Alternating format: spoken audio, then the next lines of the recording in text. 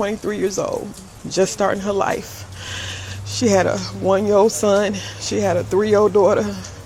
They both were laying in the bed with her when this happened. By the grace of God, they didn't get hurt. But someone came and shot. We know who you are. We are going to seek justice. They are looking for you. Everyone's looking for you. You killed and took an innocent woman and an innocent baby. And it's no coming back from that. She was a blessing to my family. She was a blessing to so many people. She was very well known, beautiful. She was a beautiful girl, beautiful inside and out. Some crimes happen in the heat of the moment. Others feel like they were waiting to happen.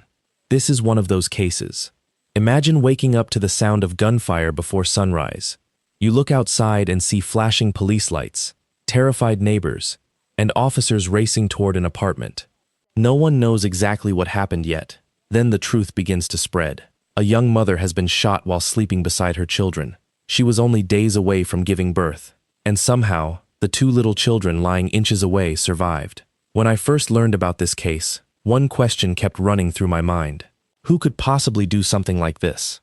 As investigators searched for answers, they uncovered a story that went far beyond one tragic morning.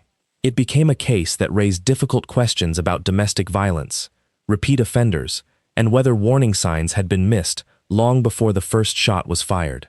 This is the heartbreaking story of Shakiya Pridgen. Long before her name appeared in national headlines, Shakiya was simply a young mother focused on her family. Friends described her as caring and full of life. She enjoyed dancing, spending time with the people she loved, and above all, being a mother. Her children were at the center of everything she did. At the time of her death, she was preparing for another exciting chapter. She was expecting a baby boy. Family members had recently gathered to celebrate with a baby shower, filling the room with gifts, laughter, and excitement about the new life that would soon arrive. Like many parents, Shakiya was looking toward the future. She was making plans, choosing baby clothes, getting everything ready for the newest member of her family. No one could have imagined how quickly those dreams would disappear. The morning of June 16, 2026, began like any other. Most people in the woods at Peppertree Apartments in DeKalb County, Georgia, were still asleep. The sun had not fully risen. The apartment complex was quiet. Inside one apartment, Shakiya was asleep in her bedroom. Curled up beside her were her 1-year-old son and her 3-year-old daughter. She was only a short time away from giving birth. Then, everything changed. According to investigators, someone approached the apartment from behind. The person stopped outside Shakiya's bedroom window. There was no argument, no warning, no knock at the door, just gunfire. Investigators say multiple rounds tore through the bedroom window, striking the room where the young mother and her children were sleeping. The attack lasted only seconds, but those seconds changed countless lives forever. Shakiya suffered devastating injuries. Her unborn son was also critically injured. By what many would call a miracle, the 2 young children sleeping beside her were not struck. Think about that for a moment. Only inches separated life from death. That is something almost impossible to comprehend. It is a tragic update to a breaking news story that we've been on top of now for several hours. A mother and her unborn child are dead after being shot several times early this morning. Just so terrible. The search for the suspect continues in DeKalb County. Atlanta News First reporter Mary Kate Hamilton is live at the Woods at Peppertree apartment complex. Mary Kate, what have you learned from police? Well, DeKalb County police say they rushed here at 5:15 this morning and found that pregnant woman shot multiple times. They say she was then rushed to Grady Memorial Hospital, and the family tells us that she and the unborn baby died shortly after, right around 5:45. And we spent the morning talking with family who say they are devastated and that they won't rest until justice is served. 23-year-old Shakiya Pridgen had her baby shower Sunday. 9 months pregnant and due any day. She was a loving, sweet, caring person with a good heart, and somebody took the life of her. Her family tells us Shakiya was shot and killed this morning. They say she didn't survive, nor did her unborn baby. Somebody took a blessing from all of us, and we will get justice. They say Shakiya was shot through her bedroom window while she slept with her 1- and 3-year-old children beside her. The family believes this was a targeted act of domestic violence. Whoever did this aimed through the window, took the time to let off 8 shots. You didn't bang, bang, and run. You sat there. They knew she was in a bed. They knew she was in there. They knew where her bed was. Shakiya's baby boy was to be named Kyron. Today, her loved ones say they're holding tight to Shakiya's memory and to the life they were preparing to welcome, while demanding answers and accountability. She was going to church every day. She was doing everything a mother was supposed to do. We know it is. Shakiya doesn't bother nobody. When they track you down, you will get justice for you. Emergency crews rushed to the apartment after neighbors reported hearing the shots. Officers secured the scene while paramedics fought to save Shakiya's life. She was transported to Grady Memorial Hospital. Doctors did everything they could. Despite their efforts, both Shakiya and her unborn son died. In just a few moments, a family lost a daughter. 2 children lost their mother. A baby boy never had the chance to take his first breath. As detectives began processing the crime scene, one detail immediately stood out. This did not appear to be a random act of violence. The shots had been fired directly through the bedroom window. Investigators believed whoever carried out the attack knew exactly where Shakiya slept. That realization changed everything. Instead of searching for a random suspect, detectives began looking into the victim's personal relationships. Who knew where she lived? Who knew her routine? Who had a possible motive? Those questions would soon point investigators toward one name. And as they dug deeper into that person's past, they discovered something that made this heartbreaking case even more disturbing. Because according to court records, this was not the first time that name had appeared in a violent criminal investigation. Hi, Tyler. No word on a potential suspect in this case, but the victim's family tells me they are confident they know who killed Shakiya and her unborn baby. Her mother tells me she was set to give birth in the next 2 weeks to a baby boy and had 2 other young children as well. Now, according to DeKalb County Police, they got a call around 5:15 this morning saying a person was shot here at the Woods at Pepper Tree apartments. Medics rushed Shakiya to the hospital, but unfortunately, police say she and her unborn baby died of their injuries. Police believe someone shot into the victim's apartment from outside. Shakiya's mother, who also lives at the complex, says she rushed over following the gunshots to help her daughter. When I got there, she was unresponsive in the bed, and she was bleeding from her stomach. When I went to go pick her up, I started doing compressions before I went to go pick her up.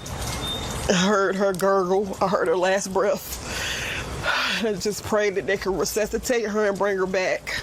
I tried CPR before the ambulance and the police got here. I did the best I could.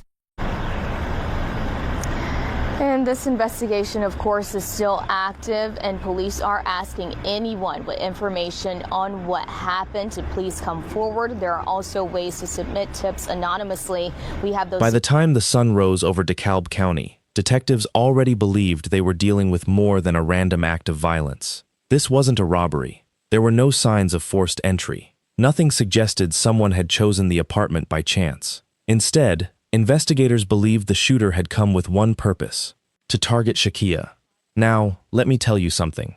In cases like this, detectives often begin by looking at the people closest to the victim. Statistics consistently show that when someone is killed in a targeted attack, the answer is frequently found within their personal relationships. So investigators started asking difficult questions. Who knew where Shakiya lived? Who knew which room she slept in? Who knew she would likely be home that morning? Those questions quickly led detectives to someone already familiar with the victim. As evidence was collected and witness statements were reviewed, law enforcement focused their attention on 26-year-old Devin Anthony. According to investigators, Anthony became the primary suspect in the shooting. The search for him moved quickly. Authorities were determined not to lose valuable time. Working alongside the United States Marshals Service, investigators tracked him to a residence in Riverdale, Georgia. Less than 24 hours after the shooting, officers moved in. Anthony was taken into custody without incident. He was transported to the DeKalb County Jail, where prosecutors charged him with malice murder, feticide, and aggravated assault with intent to murder. Under Georgia law, Feticide is a separate offense involving the unlawful killing of an unborn child by causing harm to the mother. Because Shakiya was carrying a baby boy who also died, prosecutors allege that 2 lives were taken that morning. But the arrest wasn't what shocked many people the most. It was what investigators discovered next. As detectives dug into Anthony's background, court records revealed that this was not his first encounter with the criminal justice system. Several years earlier, he had been indicted in connection with another fatal shooting in Fulton County. That original murder charge did not go to trial. Instead, prosecutors reached a plea agreement that reduced the charge to voluntary manslaughter under Georgia's First Offender Act. He served part of his sentence and was later released under supervision. Court records also show that he later violated the terms of that supervision before eventually returning to the community. Then, only months later, investigators allege he became the prime suspect in another deadly case. That revelation immediately shifted public attention. Suddenly, people weren't talking only about the tragedy itself. They were asking whether the system had missed an opportunity to prevent another loss of life. Could this have been avoided? It's a difficult question, and one that doesn't have a simple answer. The justice system is built on laws, plea agreements, and judicial decisions. Looking back after a tragedy often raises questions that weren't as clear at the time those decisions were made. Still, for many people following the case, those questions refused to go away. Meanwhile, investigators stayed focused on what mattered most: building a case based on evidence. Detectives processed ballistic evidence from the apartment. They reviewed surveillance footage from nearby locations. They analyzed phone records, interviewed witnesses, and carefully reconstructed the hours leading up to the shooting. Every piece of evidence had to fit. Every timeline had to make sense, because prosecutors knew this case would eventually be tested in court. And here's where the story becomes even more heartbreaking. While detectives were building their case, Shakiya's family was preparing for something no parent should ever have to face. Instead of welcoming a newborn baby into the world, they were planning a funeral. A home that had recently been filled with baby gifts and celebration was now filled with grief. Her 2 young children would grow up without the mother who had loved them from the very beginning. For investigators, the mission was no longer just identifying a suspect. It was making sure every decision, every piece of evidence, and every witness statement could stand up to the scrutiny of a courtroom. Because the search for justice had only just begun. Family members tell me Shakiya Pridgen was such a joy to be around. They just released balloons for her moments ago. There are dozens of people here to honor her life, and her family says they are still devastated by this loss, saying it does not feel real. There were several people who came to the middle of this circle to share memories of Shakiya and what they love about her. They're setting off some firecrackers now, with one of the family members saying this is a celebration of her life, even though it is such a sad day for all of them. She's being remembered as someone her family could always count on and as an amazing mother. Shakiya was pregnant, and she leaves behind 2 young children, a 3-year-old and a 1-year-old. I spoke to several of her family members here and will share much more of those conversations tonight at 11. Live in An arrest can bring relief, but it doesn't erase heartbreak. For Shakiya Pridgen's family, the days that followed were not about celebrating that a suspect had been taken into custody. They were about trying to understand how their lives had changed overnight. Think about it. Just days earlier, everyone had been talking about baby names, tiny clothes, and the excitement of welcoming a new family member. Now they were choosing funeral arrangements instead. That is the kind of emotional whiplash no family should ever experience. As the investigation continued, prosecutors began preparing what they believed would be a strong criminal case. Detectives spent countless hours reviewing evidence, documenting the crime scene, interviewing witnesses, and organizing every detail. In a case this serious, assumptions are never enough. Every allegation has to be supported by evidence. Every timeline has to be verified. Every piece of forensic evidence has to withstand scrutiny in court. Meanwhile, Devin Anthony made his first appearance before a magistrate judge. Because of the nature of the charges, the court did not consider bond at that hearing. The case would move to a higher court, where prosecutors would continue presenting evidence as the legal process unfolded. As with every criminal case in the United States, Anthony is presumed innocent unless and until proven guilty in a court of law. That legal standard exists to protect the fairness of the justice system, regardless of how emotional a case may be. But outside the courtroom, Another conversation was gaining momentum. People were no longer discussing only the shooting itself. They were asking bigger questions. Could this tragedy have been prevented? Court records showed that Anthony had previously faced serious criminal charges before receiving a plea agreement under Georgia's First Offender Act. For many people, that became one of the most difficult parts of this story to accept. The law was designed to give certain offenders a second chance. But critics questioned whether someone accused in a violent homicide case should ever have qualified for that opportunity. Supporters of the law argued that every case is different, and that legal decisions are based on the evidence available at the time.